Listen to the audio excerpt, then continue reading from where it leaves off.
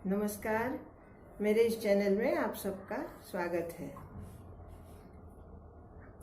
व्रतों की महिमा इस श्रृंखला में आज हम बात करेंगे गृहस्थ धर्म को निभाते हुए परमार्थ धर्म हम कैसे निभाएं। गृहस्थ धर्म जो एक हमारी जीवन शैली है, यह हमारी एक आवश्यकता है, हमारी जिम्मेदारी है। और जो भी हम अपने जीवन में कुछ करना चाहते हैं उसको ध्यान में रखते हुए हम अपनी जीवन शैली को निर्धारित करते हैं। लेकिन गृहस्थ धर्म निभाते हुए कई बार परमार्थ धर्म या परमार्थ जीवन या आध्यात्मिक जीवन को हम कहीं ना कहीं भूल जाते हैं और उस अध्यात्म जीवन को भी हमें अपने जीवन में उतारना है। कई लोग मेरे को प्रश्न कहते हैं, पूछते हैं कि गृहस्थ जीवन में अध्यात्म के लिए हमारे पास समय नहीं मिलता, या हमारे पास इतना हम चाहते हैं करना लेकिन हम समय नहीं निकाल पाते। तो ऐसे लोगों के लिए जिनके पास समय नहीं है ऐसा उन्हें लग रहा है या वो समय निकाल नहीं पाते, उनके लिए मैं आज ये बात बताने वाली हूँ। 24 घंटे में आप अपने जीवन के लिए जो आपने अपनी जीवन शैली निर्धारित की है, अपने परिवार के लिए, अपने संतान के लिए, अपने रोजी रोटी के लिए, अपना व्यवसाय हो या जॉब हो, जो भी कुछ हो, उसके लिए आप अपना समय निकालते हैं और पूरी कोशिश करते हैं कि आपकी आमदनी बढ़े, आपके घर में सुख शांति आए और आपके घर में सब निरोगी रहे, सबका स्वास्थ्य अच्छा रहे, बच्चे अपनी अच्छी पढ़ाई पूरी करें, माता पिता का ख्याल रखें। लेकिन ये सब बातें करते करते कई बार हमारे जीवन में इस तरह की समस्याएं आती हैं कि उन समस्याओं को हम कैसे निपटाएं, इसका बहुत एक यक्ष प्रश्न हमारे सामने आ जाता है। कई बार ये दिखाई देता है कि हम उस समस्या को सुलझाना चाहते हैं लेकिन समस्या सुलझ नहीं पाती या हम सुलझा नहीं पाते।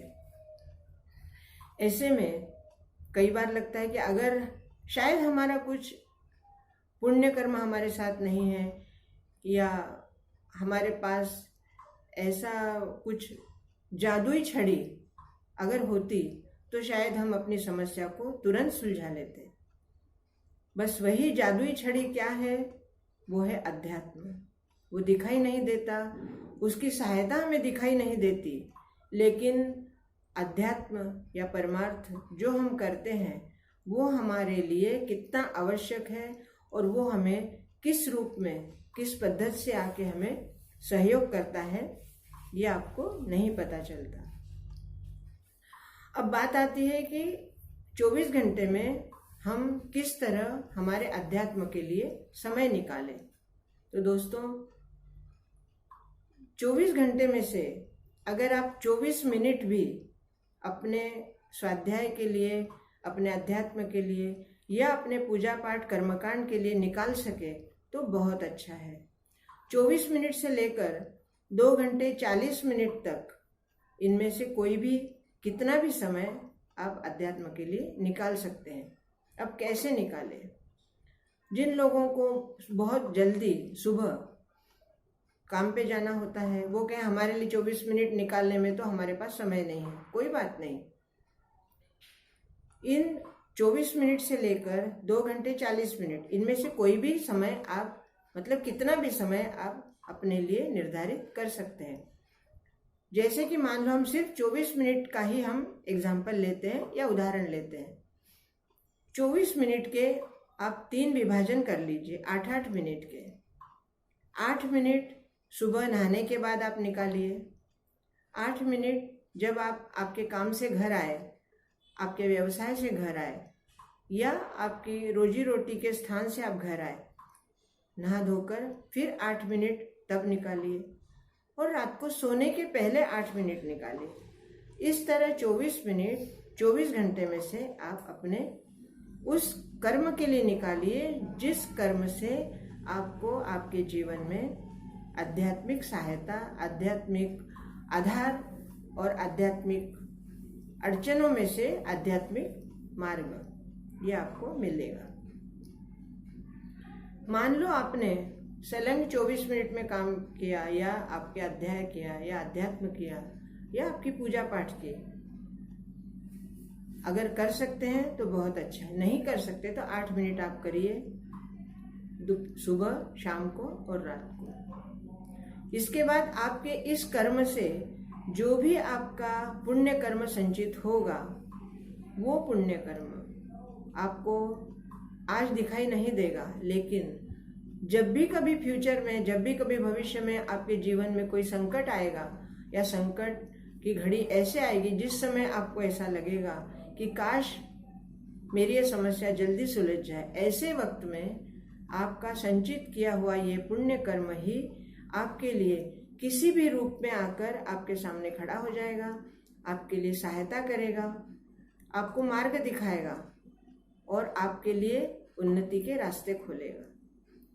भगवान आज के युग में कभी भी प्रत्यक्ष रूप में आपके सामने नहीं आएंगे, लेकिन कोई रूप ऐसा होगा जो आप जानते भी नहीं हैं, अचानक आपके सामने कोई आ जाएंगे और आपको मदद कर जाएंगे, जिससे आपको लगेगा कि शायद भगवान ने इनको मेरे लिए ही भेजा है। बस यही वो आपका पुण्य कर्म है जो आपके लिए इस रूप में आया है।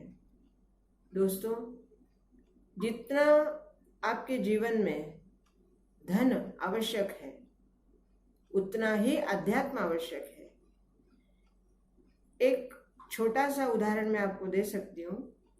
जैसे आप स्वतंत्र हैं, अकेले हैं विवाह के पहले, तो विवाह के पहले मान लो एक व्यक्ति, एक लड़का या एक युवा, विवाह के पहले उसकी जॉब लगती है और जॉब के बाद उसके हाथ में जो सैलरी आती है, जो तनख्वाह आती है, वो उसके लिए पर्याप्त है और वो खुश है। और उसी दौरान वो अपने लिए एक छोटा सा, एक 10 मिनट के लिए कुछ भी अध्यात्म या कुछ भी अपनी पूजा पाठ या अपना मंत्र या स्तोत्र, जो भी कुछ वो करता होगा अपने भगवान के लिए, अपने इष्ट के लिए, वो करता है और उस हिसाब से उसके लिए वो पर्याप्त है, उसकी धन और उसकी सेवा। लेकिन जब उसका विवाह होता है, विवाह के बाद उसकी जिम्मेदारी बढ़ जाती है अपने पत्नी के प्रति, अगर लड़की है तो अपने पति के प्रति। तो विवाह के बाद आपकी परिस्थिति आपके लिए कुछ न कुछ बदल जाती है।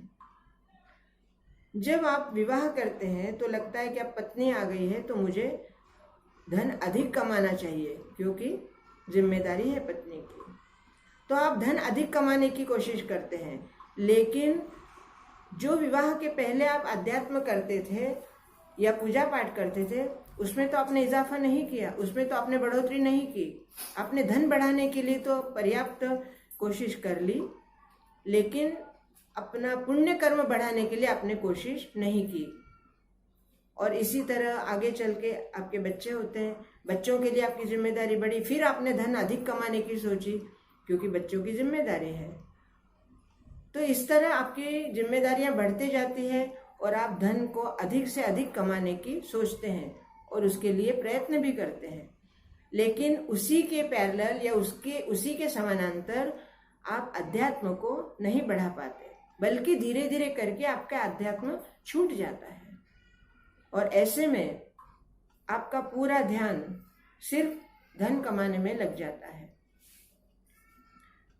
और धन कमाते कमाते जब एक दिन कोई अचानक संकट आता है, तब आपको भगवान की याद आती है, लेकिन उस समय आपके पास आपके पुण्य कर्म का जो एक बैलेंस होता है, संचित कर्म जिसको बोलते हैं, वो पर्याप्त नहीं होता और इसी वजह से आप उस संकट को निवार नहीं सकते या संकट का सामना नहीं कर सकते या समस्या का समाधान नहीं कर पाते।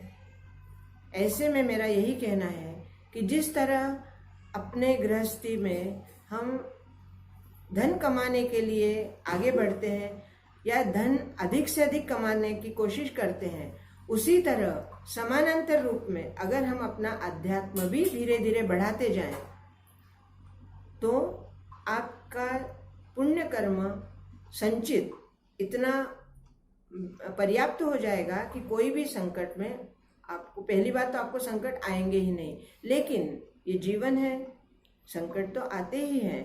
तो ऐसे संकट को निवारने के लिए, ऐसे संकट को दूर करने के लिए आपके पास पर्याप्त पुण्य कर्म का संचय होगा, और वही पुण्य कर्म आपको इस संकट से बचाएगा या बचाता है। दोस्तों, सुनने के लिए या कहने के लिए आपको लगेगा कि ये बहुत आसान है, लेकिन वास्तव में इतना आसान नहीं है। कोई भी व्यक्ति चाहता है और सोचता भी कि हाँ, अब कल से मैं ये काम करूँगा या करूँगी, लेकिन जब वास्तव में करने को लगते हैं या करना शुरू करते हैं तो उसमें उनकी अड़चनें शुरू हो जाती है और वो 8 मिनट का समय भी अपने लिए नहीं निकाल पाते। तो दोस्तों, मेरी आपसे यही विनती भी है और एक आपके लिए एक सलाह है कि आप आपके जीवन में जितना भी कम समय मिले, उस कम समय में भी कुछ पल अपने उस इष्ट के लिए निकाले जिसने आपको प्राण दिए हैं, जिसने आपको ये अच्छा सुंदर जीवन दिया है। इस जीवन के लिए, इस जीवन को और भी अच्छा बनाने के लिए उस परमात्मा की आभार के रूप में आप उसके लिए कम से कम कुछ पल तो भी 24 घंटे में 24 मिनट ना सही 24 पल तो निकाल सकते हैं। तो कम से कम 24 पल निकालिए और उस अपने इष्ट को अपने हृदय से, अपने मन से और पूर्ण रूप से अपने उस इष्ट का ध्यान करिए, उसकी आराधना कीजिए, उसकी उपासना कीजिए। और मुझे पूर्ण विश्वास है कि वो इष्ट जो भी आपका है वो आपके लिए किसी भी रूप में आकर आपको मदद करेगा। मेरी ये बातें आपको अगर अच्छी लग रही है, आप इसमें आपके लिए कोई, आपके मन में कोई शंका हो, कोई जिज्ञासा हो, तो आप मुझे प्रश्न पूछ सकते हैं और मेरे ईमेल में आप लिख सकते हैं।